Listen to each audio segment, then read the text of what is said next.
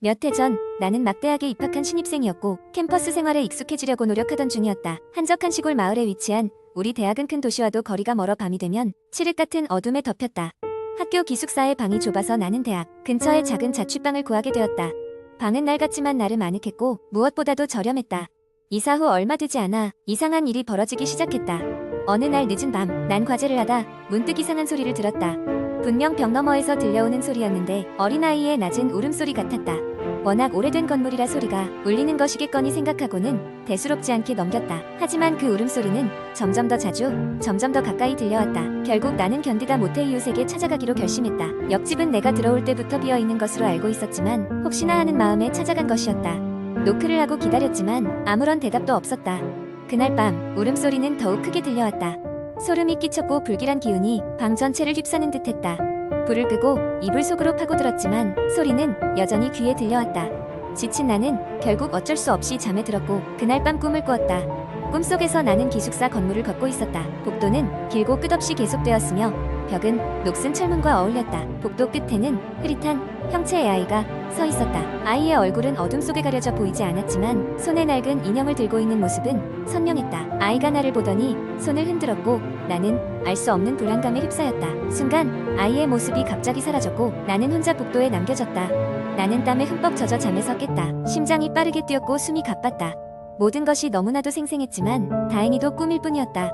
하지만 더 이상 혼자 방에 남아있을 용기가 나지 않았다. 다음날 아침 나는 학교 도서관으로 향했다. 밤을 지새우기에는 안전한 장소였다. 도서관에서 난 인터넷으로 이 지역의 오래된 이야기를 찾아보기 시작했다. 그러던 중 내 자취방이 있는 건물에 얽힌 오래된 사건 하나를 발견했다. 수십 년 전 그 집에는 한 가족이 살고 있었다. 그들은 작고 조용한 이웃이었지만 어느 날 끔찍한 사고가 발생했다. 어린 딸이 갑작스레 사라졌고 이후 그녀를 본 사람은 없었다. 그녀의 흔적은 집안 어디에서도 찾을 수 없었으며 부모는 큰 충격을 받고 얼마 뒤 이사를 갔다. 그 사고 이후 그 집에서 이상한 소리가 들린다는 소문이 퍼졌고 점점 사람들의 기억 속에서 잊혀갔다.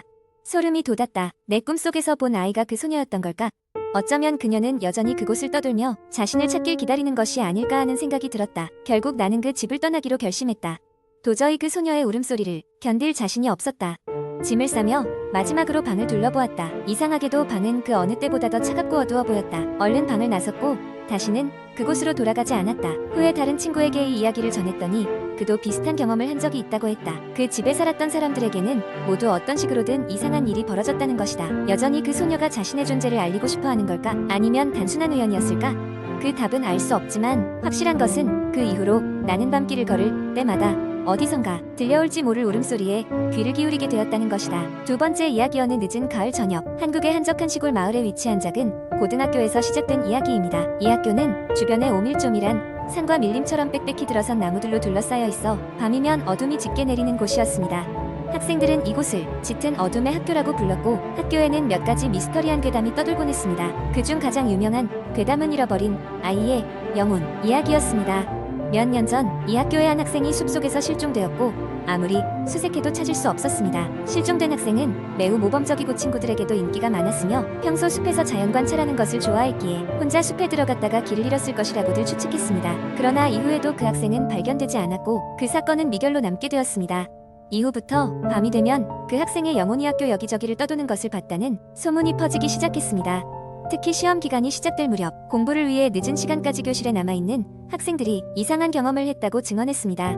그들은 조용한 교실에서 공부를 하고 있는데 갑자기 창밖에서 누군가 바라보고 있는 듯한 기분이 들었고 이상한 소리가 들리거나 책장이 넘어가는 소리가 나곤 했다고 합니다. 심지어 어떤 학생은 교실 저편에서 하얀 옷을 입은 어린 학생의 형체가 창밖을 지나가는 것을 봤다고 주장했습니다.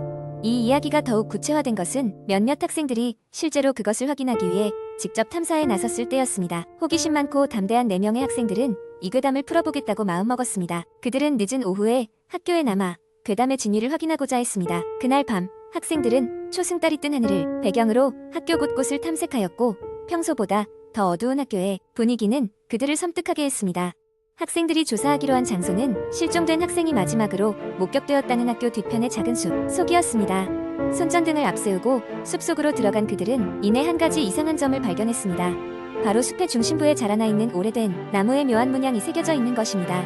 그 문양은 마치 누군가 의도적으로 새겨넣은 것처럼 보였으며 그들 중 한 명은 문양을 카메라로 찍으려 했습니다. 그 순간 갑자기 주변의 온도가 뚝 떨어지고 바람이 한 방향으로 심하게 불어왔습니다. 놀란 나머지 학생들은 숲속을 돌아보았고 그 어느 순간부터인가 희미한 아이의 웃음소리가 들리기 시작했습니다. 그 소리는 분명 가까이에서 들렸지만 그들은 그 소리가 어디서 나는지 알 수 없었습니다. 겁에 질린 아이들은 발소리를 죽이며 학교 건물로 다시 돌아갔습니다. 그러나 돌아와 보니 한 명이 실종되어 있었습니다.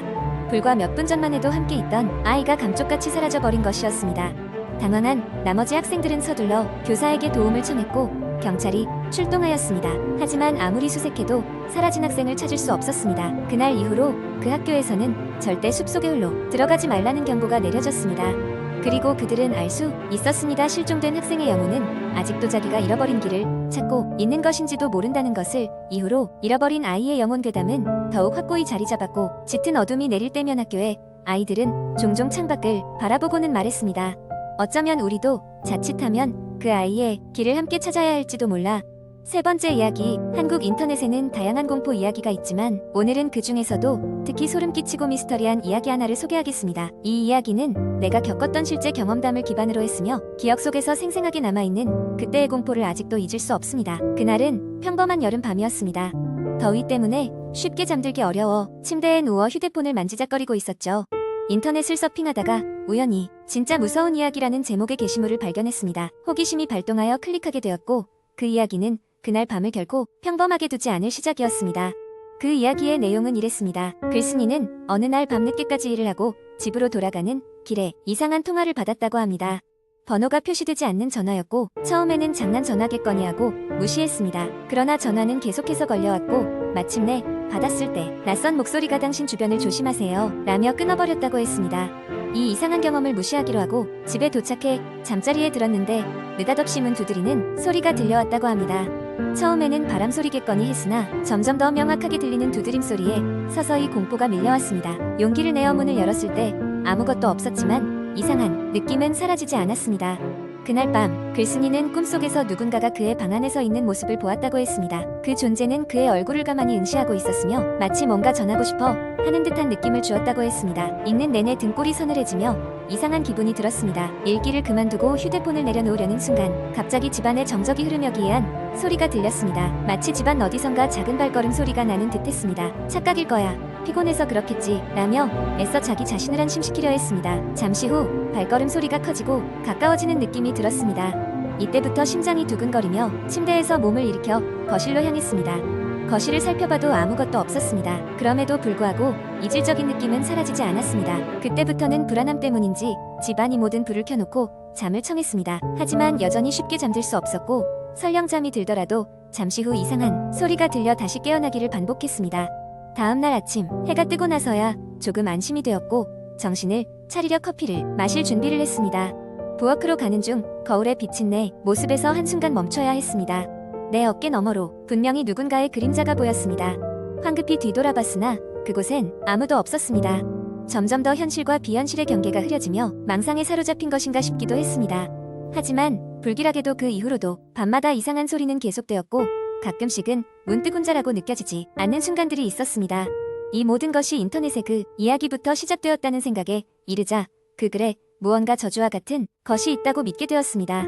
어느 날 밤 마침내 충동적으로 그 글을 다시 찾아 읽었습니다. 이번엔 댓글까지 모두 읽으려 했습니다.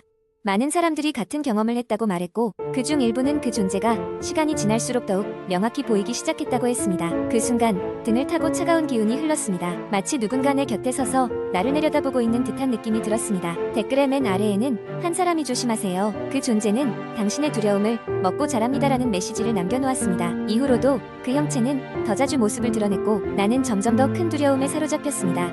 마침내 나는 이 상황을 해결하기 위해 전문가의 도움을 받기로 했습니다. 영적인 문제를 다루는 사람을 찾아갔고 그는 내가 겪은 일이 단순한 환영이 아니라 실체가 있는 존재라고 했습니다. 그는 이 존재가 두려움을 먹고 자라는 것에 대해 설명하며 그 두려움을 떨쳐내야만 그 존재도 사라질 수 있다고 조언했습니다. 몇 주에 걸쳐 마음의 평온을 되찾고 두려움을 극복하기 위해 노력했습니다. 그리고 결국 그 존재는 더 이상 내 눈앞에 나타나지 않게 되었습니다. 하지만 여전히 그때의 경험은 제 마음 속 깊은 곳에 자리 잡은 채로 가끔씩 그 기억이 떠오를 때마다 오싹함을 느끼곤 합니다. 이 이야기를 통해 여러분에게 경고하고 싶습니다. 인터넷에서 쉽게 접할 수 있는 그런 이야기들이 때로는 단순한 오락 이상의 것이 될 수도 있다는 것을요. 언제 어디서든 자신의 마음을 단단히 잡고 중심을 잃지 않는 것이 중요하다는 것을 잊지 마시길 바랍니다.